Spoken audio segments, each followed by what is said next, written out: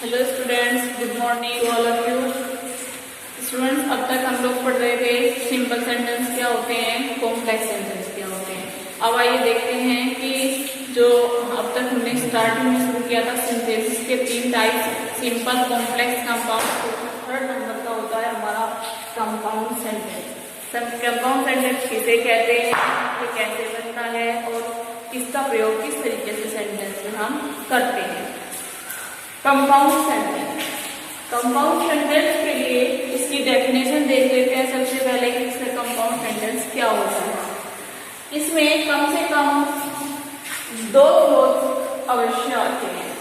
Compound sentence क्या होता है, ऐसी क्लॉज जिसमें कम से कम 2 क्लॉज, ऐसा सेंटेंस जिसमें 2 क्लॉज अवश्य आती हैं। 2 क्लॉज कौन कौन सी होती हैं, जैसे कॉम्प्लेक्स में भी 2 क्लॉज आती थी, हमने आपको बताया था। एक उसमें प्रिंसिपल क्लॉज निश्चित होती थी और दूसरी सबऑर्डिनेट क्लॉज होती थी। सबऑर्डिनेट क्लॉज का डेफिनेट था कि वो एक ही हो, कितनी सारी भी हो सकती थी। तो इसमें देखते हैं इसमें किस तरीके से होता है, जिसमें एक प्रिंसिपल क्लॉज तथा शेष कोऑर्डिनेट क्लॉज होती हैं। तो कॉम्प्लेक्स सेंटेंस किसे कहते थे, कॉम्प्लेक्स की डेफिनेशन में हमने पढ़ा था, जिसमें प्रिंसिपल और शेष सबऑर्डिनेट क्लॉज होती है। और जो कंपाउंड सेंटेंस हमारे होते हैं वो ऐसे सेंटेंस होते हैं जिसमें एक प्रिंसिपल क्लॉज होती है, एक मुख्य वाक्य होता है और शेष जितनी भी होती हैं वो 2 भी हो सकती हैं, 3 भी हो सकती हैं, वो कोऑर्डिनेट क्लॉज होती है। कोऑर्डिनेट क्लॉज को हिंदी में कहते हैं समान पदीय उपवाक्य। समान पदीय मतलब पहले वाले सेंटेंस की तरह ही दूसरा सेंटेंस दिया होता है, वो उससे मिलता जुलता होता है, उनमें कुछ ना कुछ सिमिलरिटी जरूर होती है। तो चलिए देखते हैं कोऑर्डिनेट जो क्लॉज होती हैं, उन कोऑर्डिनेट क्लॉज में एक कोऑर्डिनेट कंजंक्शन भी लगा हुआ है। यानी जब हम 2 सेंटेंस को जोड़ेंगे, एक प्रिंसिपल क्लॉज होगी और दूसरा कोऑर्डिनेट कंजंक्शन होगा, तो दोनों को जोड़ने के लिए शब्द लगेगा जिसे कहते हैं कोऑर्डिनेट कंजंक्शन। ठीक है, तो अब हमें क्या करना है, क्योंकि हमें तो 2 सेंटेंस को जोड़ना सीखना है, तो बच्चों हमें सीखना है कि कोऑर्डिनेट कंजंक्शन होते कौन कौन से हैं जिनके थ्रू हम अपने सेंटेंसेस को जोड़ेंगे। तो कौन कौन से वर्ड्स हैं, कौन कौन से कंजंक्शन हैं और उनका तरीका क्या है, उनकी कंडीशन क्या है, किस तरीके से हम उन्हें सेंटेंस में यूज करें। तो आइए देखते हैं types of coordinate conjunction. Conjunction जो होते हैं कोऑर्डिनेट, उनका टाइप्स, उनके प्रकार कितने प्रकार के होते हैं। तो उनमें सबसे फर्स्ट नंबर का है क्यूमुलेटिव कंजंक्शन। सबसे पहले कोऑर्डिनेट कंजंक्शन कितने प्रकार के होते हैं, 4। उनमें पहले नंबर का क्यूमुलेटिव कंजंक्शन, जिसकी हिंदी होती है योग सूचक। क्या हिंदी होती है इसकी, योग सूचक। ऐसे सेंटेंस जो 2 सेंटेंस का योग कर देते हैं, जोड़ देते हैं, उन्हें हम क्यूमुलेटिव कंजंक्शन के द्वारा जोड़ते हैं। तो ये देखते हैं योग सूचक में हमें पता कैसे चलेगा, क्या क्यूमुलेटिव कंजंक्शन का यूज करें या फिर जो सेकंड टाइप का है एडवर्बिएटिव कंजंक्शन का यूज करें या फिर थर्ड फोर्थ का। इसके लिए हमें सेंटेंस को देखना होगा, उसकी पहचान करनी होगी कि इसमें कौन सा कंजंक्शन यूज होना है।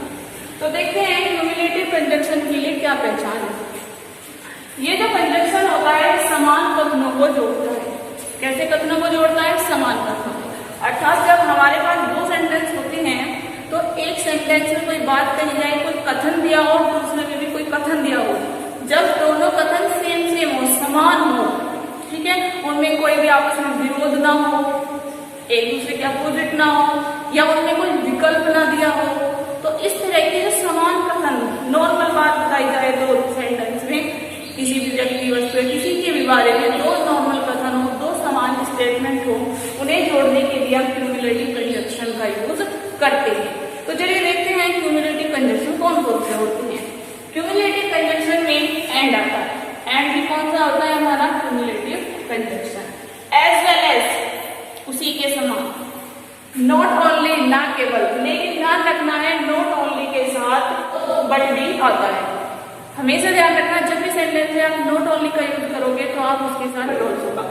आगे है, अगर आप क्यूमुलेटिव कंजंक्शन में जो हमारा 4th नंबर का है वो है बोथ, लेकिन बोथ के साथ भी एंड का प्रयोग होता है। ठीक है, ये बात ध्यान रखनी है। हाँ जी, हमारा नेक्स्ट एग्जाम्पल है Ritu is a dancer. Ritu एक नृत्यकी है। She is a dancer, she is a singer too. वे एक सिंगर भी है। यहाँ पर डांसर की जगह सिंगर लिखना है। ऋतु एक डांसर है, वे सिंगर भी है। तो सेंटेंस में दो हमारे पास स्टेटमेंट दिए गए हैं व्यक्ति के बारे में। नॉर्मल कथन है, कोई अपोजिट है, किसी तरह की भी कोई और बात नहीं है सेंटेंस में। तो ये सेंटेंस किससे जुड़ेगा? क्यूमुलेटिव कंजक्शन से। क्यूमुलेटिव कंजक्शन में अब देखते हैं कौन सा वर्ड यूज करें। वैसे इन सारे वर्ड्स का अर्थ लगभग सेम की तरह ही यूज किया जाता है सेंटेंस में। अर्थ अलग अलग होता है, लेकिन सेंटेंस में हम कोई सा भी कंजक्शन इनमें से यूज कर सकते हैं, बस इनका यूज करने का तरीका देखना होता है। जैसे सेंटेंस को हम लिखेंगे, Ritu is a dancer and a singer. Dancer and singer.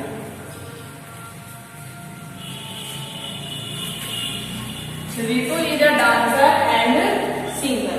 ऋतु एक डांसर भी है और एक सिंगर भी है। ठीक है स्टूडेंट, चलिए अगला है हमारा। इस सेंटेंस को हम नॉट ओनली से भी जोड़ सकते थे। ये सेंटेंस होता not Ritu is not only a doctor या not only but also engineer. ठीक है, Ritu is not only a dancer but also a singer. ठीक है, और भी कंजक्शन इसलिए भी हो सकते थे। अगला है हमारा एडवर्जेटिव कंजक्शन। एडवर्जेटिव कंजक्शन को हिंदी में कहते हैं विरोध सूचक। विरोध सूचक मीन्स एक सेंटेंस में कोई बात कही जाए और दूसरे सेंटेंस में उसके अगेंस्ट, उसके विरुद्ध कोई बात कही जाए, उन्हें हम कहते हैं एडवर्जेटिव कंजक्शन।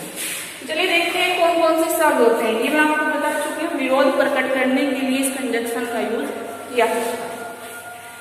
एग्जाम्पल इसके वर्ड्स कौन कौन से होते हैं? बट, लेकिन, यट, फिर भी, स्टिल, अब भी, व्हाइल, फिर। ठीक है, इस तरह के वर्ड यूज किए जाते हैं। एक एग्जाम्पल के थ्रू देखते हैं। ही इज रिच, वह धनवान है। ही इज नॉट हैप्पी, वह खुश नहीं है। एक सेंटेंस में कोई बात बताई और दूसरे में उसके अगेंस्ट, क्योंकि रिच होने के बावजूद तो खुश होना चाहिए। जो रिच होता है उसके पास सब कुछ होता है, लेकिन फिर भी वो खुश नहीं है। तो हम इनमें से कोई भी कंजक्शन यूज कर सकते हैं, वो बिल्कुल करेक्ट होगा। सेंटेंस इस तरीके से बनेगा, he is rich but he is not happy। अगर हम बट की जगह डेट लिख देते हैं तो वो भी हमारा सेंटेंस बिल्कुल करेक्ट होगा। तो इस तरीके से मैंने आपको दो टाइप बता दिए इसके, एक क्यूमुलेटिव कंजक्शन और दूसरा एडवर्जेटिव कंजक्शन। दो और रह जाते हैं, वो देखते हैं कि वो किस तरीके से यूज होंगे। नेक्स्ट है हमारा अल्टरनेटिव कंजक्शन। अल्टरनेट, जैसे कि पता चल रहा है सबसे अल्टरनेट मीन्स विकल्प जिसमें दिया रहता है, चयन जिसमें हमारा करना होता है सेंटेंस में, चयन सूचक या वैकल्पिक भी कहते हैं, जिसमें दो ऑप्शन दे देते हैं। जिनमें कौन कौन से वर्ड यूज करते हैं? अदरवाइज, अन्यथा, और, या, एल्स का क्या क्रिया होता है, ईदर, और इसके साथ एक वर्ड और यूज कर सकते हैं हम, नीदर, नो। लेकिन ध्यान रखना है, नीदर के साथ नो जरूर आता है और इधर के साथ और जरूर आता है। यहाँ एक चीज ध्यान रखने की है, विकल्प तो इन सारे शब्दों से शो होता है, लेकिन इधर और का प्रयोग वहां होता है जहां सेंटेंस पॉजिटिव होता है। या तो आप ये करें या फिर आप ये करें, पॉजिटिव। और जो सेंटेंस नेगेटिव होता है उसमें नीदर नॉर का प्रयोग करते हैं। ना तो आपको ये करना है और ना ही आपको ये करना है। क्लियर? चलिए एग्जाम्पल, सिट डाउन, बैठ जाइए, गो अवे, दूर चले जाइए। अब हमने किसी व्यक्ति को दो बातें बता दी, आप उसमें से दो में से चयन कर लीजिए, विकल्प चूज कर लीजिए जो आपको ठीक लगे।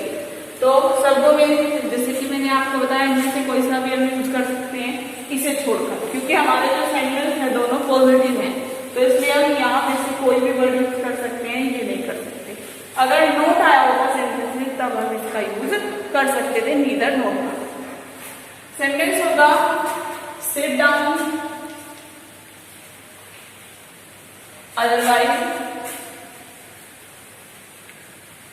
बैठ जाइए, अन्यथा, और अन्यथा की जगह हम और भी लिख सकते हैं, go away, otherwise go away. Okay, clear students? यहाँ पर हम इसे इधर और से भी बना सकते हैं, सेंटेंस हो जाएगा इधर और, इधर शुरू में लगेगा, इधर सिट डाउन, या तो बैठ जाइए और गो अवे, या चले जाइए, या तो बैठ जाइए या फिर चले जाइए। तीनों तरीके से सेंटेंस बिल्कुल करेक्ट है। नेक्स्ट हमारा टाइप है रिलेटिव कंजक्शन। रिलेटिव परिणाम सूचक, ऐसा सेंटेंस जिसमें किसी चीज का कोई रिजल्ट बताया जाए, परिणाम बताया जाए, उन सेंटेंस में हम रिलेटिव कंजक्शन का यूज करते हैं। तो आइए देखते हैं रिलेटिव कंजक्शन कौन कौन से होते हैं। सो इसलिए, देयरफॉर इसलिए, फॉर मीन्स क्योंकि, ठीक है, परिणाम बताया है, यहाँ फॉर मीन्स क्योंकि है, फॉर मीन्स के लिए नहीं होता। यहाँ पर अगर हमें कोई भी सेंटेंस कंपाउंड में बनाना है, क्योंकि के अर्थ में हमें कोई सेंटेंस दिया गया है, तो वहां हम बिकॉज तो लगा नहीं सकते क्योंकि तो कॉम्प्लेक्स में लगता है। लेकिन यहाँ पर एक वर्ड है हमारे पास फॉर, वो हम क्योंकि के अर्थ में यूज कर सकते हैं। दस मीन्स इस प्रकार, हैंस मीन्स अतः, सारे इसमें वर्ड है, सभी वर्ड एक परिणाम को बताने के लिए शो दिखाई गए हैं। चलिए रिजल्ट देखते, हमारा एग्जाम्पल देखते हैं कि किस तरीके से इस सेंटेंस में परिणाम दिखाया गया। ही वॉज गिल्टी, वे अपराधी है।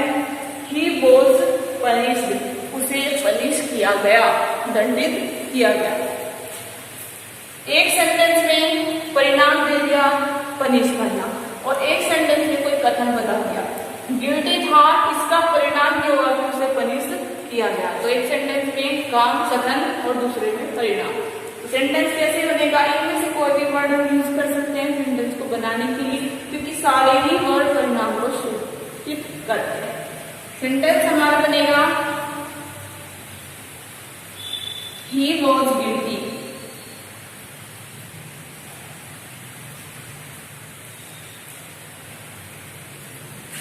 वह गिल्टी था, वह अपराधी था, सो इसलिए ही वॉज,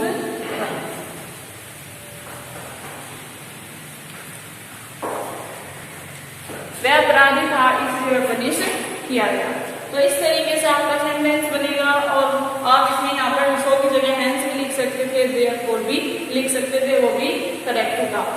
मेरे अकॉर्डिंग कंपाउंड सेंटेंस बनाना सबसे ज्यादा आसान है। आप सेंटेंस पढ़िए, हिंदी करिए, हिंदी करके आपको पता चल जाएगा कि दो सामान्य कथन बता रखे हैं, विरोध उत्पन्न हो रहा है, दोनों सेंटेंस अगेंस्ट है, या हमें कोई ऑप्शन दे रखा है, या फिर कोई परिणाम बता रखा है। जहाँ ये सेंस आपको दिखाई दे तो आप देखते ही समझ जाओगे, और देखने के बाद, समझने के बाद आप इनमें से कोई भी कंजक्शन उसी के अकॉर्डिंग यूज करके आप अपना सेंटेंस बना सकते हैं। इसी आधार पर, इन रूल्स के, इन एग्जाम्पल के आधार पर आप अपनी एक्सरसाइज सोल्व करोगे, और आई थिंक आपको कोई प्रॉब्लम नहीं होगी। Okay student.